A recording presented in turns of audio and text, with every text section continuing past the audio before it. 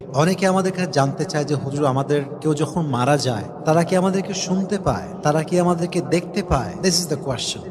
মানুষ মৃত্যুর সঙ্গে সঙ্গে যেমন তার চক্ষু এটা বন্ধ হয়ে যায়, তার চোখ আর দেখতে পায় না, তার পা আর চলতে পারে না, তার হাত আর কোনো কাজ করতে পারে না, পুরো বডিটা পুরো বডিটা এটা কোনো কাজের থাকে না, এটা কোনো শক্তি থাকে না, এটার কোনো পাওয়ার থাকে না। Exactly to the same way মানুষের শ্রবণ শক্তিও লোপ পায়, শ্রবণ শক্তি থাকে না। এই জন্য আল্লাহ তাআলা বলছেন, ইন্নাল্লাহা ইউসমিউ মান ইয়াশা ওয়া মা আনতা বিমুসমিইন মান ফিল কুবুর।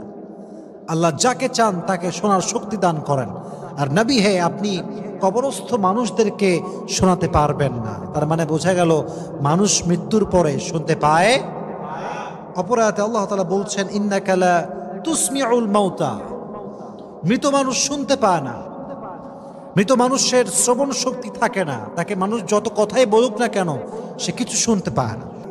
হাদিসে এসেছে, যখন কবরের পাশ দিয়ে কেউ হেঁটে যায় এবং সে যদি তার পূর্ব পরিচিত হয়, যখন সে তাকে সালাম পেশ করে, তার সালামের জবাব সে কবর থেকে দেয়। সুবহানাল্লাহ পড়েন।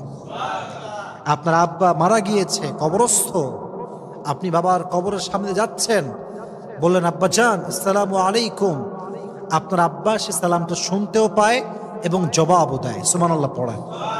আর এক হাদিসে এসেছে, যখন কোনো মানুষ কবর থেকে কবরের পাশ দিয়ে হেঁটে যায় আর কবরের মুর্দাহ তার পরিচিত মানুষ হয়, পূর্ব পরিচিত হয়, যখন সে তাকে সালাম পেশ করে, আল্লাহ তাআলা সঙ্গে সঙ্গে তার রুহুটাকে কবরে ফিরিয়ে দেয়, ফলে সে শুনতে পায় এবং শুনে সে সালামের জবাবও দান করে।